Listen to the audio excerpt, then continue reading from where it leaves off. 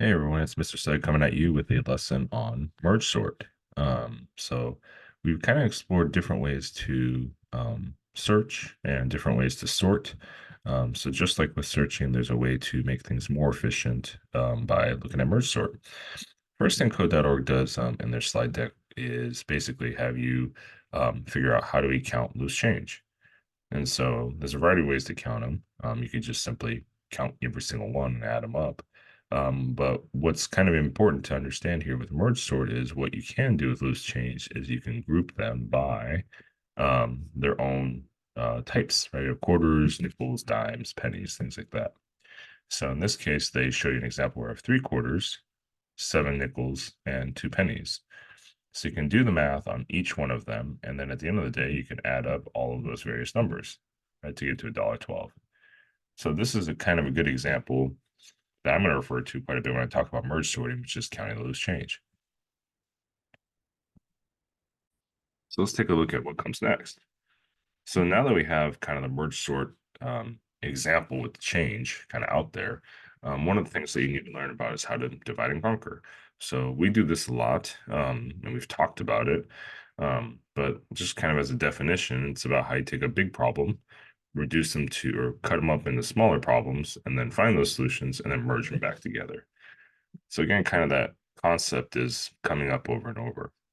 So we need to understand that merge sorts are incredibly efficient, and there's certainly a way to help sort algorithms or help sort lists as well. And then we need to take a look at how do we actually do this. So one of the examples that we could do that we just don't have time for is looking at how the merge sort works. So basically what you need to understand, at least in terms of coding, is we take a list of numbers or an array. Let's say right here, right? There's all of them are listed, going from 5 all the way to 19 in some various orders. And we're going to keep breaking those down into sublists. And then we're going to sort them and then essentially bring them back together in sorted order. So how do we do that is we're going to use helper functions like the one shown here to help kind of piece together within a method, how to basically do the sort. So in this case, we have a static method where we're going to sort based on some number or not some number list, right? Integer on the left, integer on the right. So this probably doesn't look very different from what we've done before. But kind of the idea is we make these sort functions that are in here and merge, right, are all part of this sort method, if that makes sense. So you have 2 sorts and a merge. And you might be like, well, where does merge come from? Well, that's the helper function, right? So it's a function that performs a component of another function. So it's going to be embedded. And I'm going to show you the code in a second just so you can see this in work, but it's pretty cool and pretty efficient. So let's take a look at it. Okay, now we're going to switch gears over to the code component. So this is lesson 6, module 1. So take a look at that first. First thing I see is we have an array of numbers from 12 all the way to 7. And again, they're not in ascending order, okay? And then there's a method that's being called from the sorter class that takes in that numbers list. The integer on the left is 0, and it goes all the way to basically end of the list minus 1. And it's going to print. So now what we need to do is we need to create a 1D array containing the 4 random values. And then we're going to go ahead and call this and see what happens. So right now I have a list or an array, sorry, of 6 numbers. Let's try making one with just 4. So I'll call it some random numbers array. And let's make it, 16, 27, 22, and 20, just maybe 8. And then we're going to go ahead and use the sorter class to call this static method, just like they did. I'm going to use random numbers. 0 is going to be to the left. Well, actually, we could just call the random numbers, 0 to the left. And then the integer on the right would be the numbers dot length. This one. Go ahead. So, And I'm going to go ahead and put a new space here just so it's clear. And then set new numbers after merge sort. Let's go ahead and use the array2 string, just like they did with my random numbers.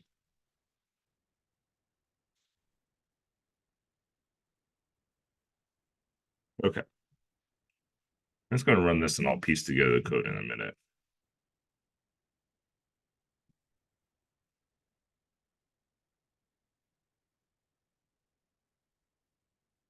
Not sure why it's being slow today. There we go. So I did a merge sort of the first set of numbers, 12, 11, 13, 5, 6, 7, into the correct order. And does the same thing for my little array of four values. It's going to finish it, and then it's going to continue into the different modules. So I'll show you what's happening here. Okay, there's our code again. Now let's take a look at what this merge sort is doing. There it is right there. So obviously it's a static method. Takes in that number list, the integer on the left, integer on the right. Okay, so it's their own algorithm to go through and sort those elements. So you'll see that if left is less than right, so that means we start right away with an if statement, just evaluating, hey, if the number on the left is less than the number on the right, then it's going to go ahead and identify what the middle is by adding the two and dividing by 2. And it's going to do this merge sort method. Okay, so it's calling it within itself. So that's an example of recursion. It's going to go ahead and take the list, and then basically it's going to chop it in half, right? So we have left to middle, and then middle plus 1 to the right. So there are two different lists that's using to cut up. And you'll see that when I call the merge sort here, that means this if loop or the if statement is going to execute again, right? So it's going to then chop it up repeatedly into subgroups. And finally, there's this merge method at the end that does something with left, middle, and right. So let's take a look. What is that merge method? Well, here it is. It's going to take in the number list, the integer on the left, middle, and right, which is what we've identified as the parameters here. And it's going to go ahead and make two new temporary arrays, right? Left list, right list. So it's going to attempt to kind of chop these up into two smaller groups. And then we run basically these two different for loops. And there's more, I believe. Yep. So it's pretty complicated. But it's going to go ahead and make that left value list and go ahead and make a new num list right here. Or I'm sorry, it's going to make a new left list index, and it's going to go ahead and add to it every single value that includes the value left plus the index. So let's say we start first things first, right? So we define this left list as middle minus left plus 1. So originally my left is index value 0. So 0 plus 1 would be 1. If the middle value is, say, if it's a set of 6 numbers, right, it'd be the middle value would just be the left plus right. So it'd be, what is that, 0 plus 5 divided by 2, so that's 2.5, right? We can round to 2, or 3, excuse me. So 3 minus the 1 is 2. So now it's going to make a 2. Remember, this bracket means it's going to create a new array of integers called the left list, and it's going to create, for the first part, two elements. Once I get down here to the for loop, right, it's going to take in the first value of the index, because it's the for loop starting at 0. And let's go ahead and take that 0 plus the left. All right, so it's kind of interesting how it goes through each of that. So it's going to be 0 plus 0, presumably, if we start first. So the num list bracket 0 is going to be included into left list bracket 0. So it's going to go ahead and copy that element over. Then it's going to run the same for the right list, right? And it's going to go ahead and create these indices, resetting by 0. And then we're going to run through the for loop again. We're going to go ahead and compare the index value. We're going to set it equal to left and then keep going until we hit the right, and evaluate with these if statements. So it's really important to kind of take a look at how does the merge sort working here in the actual code. So take a look at it and see how it's working. And we're going to keep playing around with this just so we can see the actual sublists happening and kind of walk through it. Okay, so for that was to do part one, just like keep track of all this. One. Okay, so let's go ahead and make another one for two. And this way I can look back at this later and be like, well, what actually was going on? Let's say create a 1D array where we're going to go ahead and contain the values that are already in sorted order. Okay, so I'm going to make another array, oops, called sorted numbers. And let's make it simple. 1, 2, 3, 4, 5. Let's make it a little bit bigger. Okay, and we're going to go ahead and do everything the same, except they want me to do, um, and they want me to call the merge sort. Okay, so I'm going to go ahead and come up here. Let's go ahead and run it. I'm just copying the code just because there's a lot. And instead of random numbers, we're going to do sorted numbers.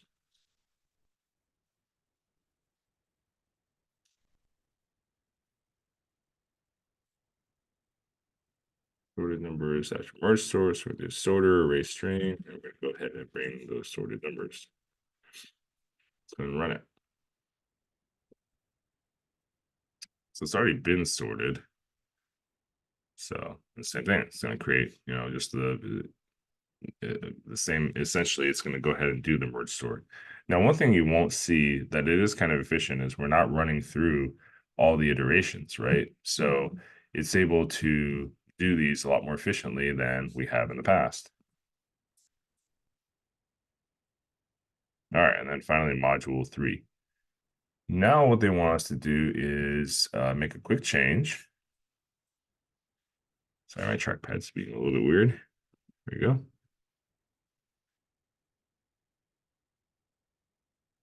So let's just take a look at what they want us to do. So for module 3, we're going to do change the merge method first, then print. So it's going to go ahead and go to sorter. And it wants us to change the following line in the merge method. So it's down here that we are just looking at. They want me to change that if statement down here. And it says if left list bracket index. Let me just find it. Oops, I went somewhere too far.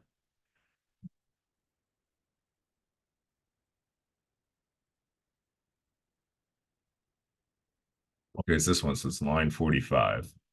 So let me change this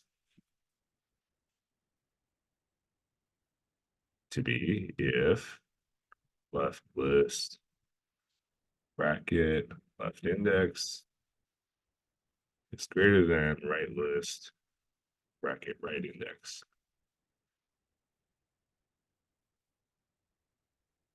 Okay, that's going to happen. So that change is made, and they want me to just rerun it.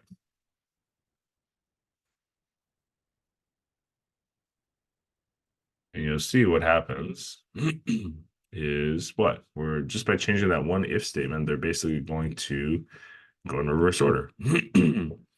So what it did was instead of evaluating the if statement at this, where we said, hey, use the left index value, create the left list.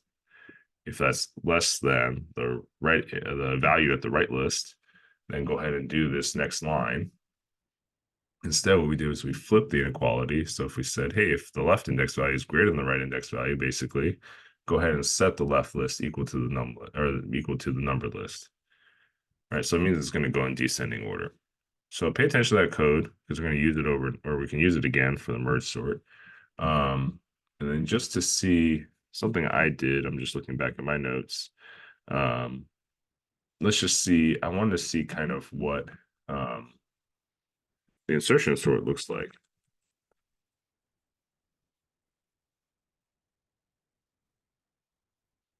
So what I did was I created a I used the same set of numbers I've already sorted, right? Sorted numbers. Let me go ahead and do another one because it probably, since it's a public void, it would have already altered that array. And I'm going to go ahead and use sorter to bring up insertion sort, which it already has. So this is what we already already did in the last module or last unit or lesson, sorry. Print this. Let's make a new line while we're at it. This is gonna be insertion sort. Like I just wanted to see a comparison of it. You can use the array2 string to print the array. Let's just compare the difference between the two and see what happens.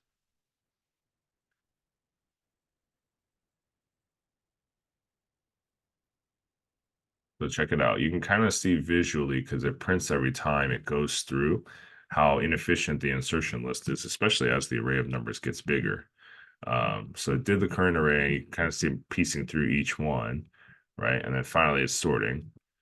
Versus with the merge sort, it's a lot faster. So that's really the main takeaway.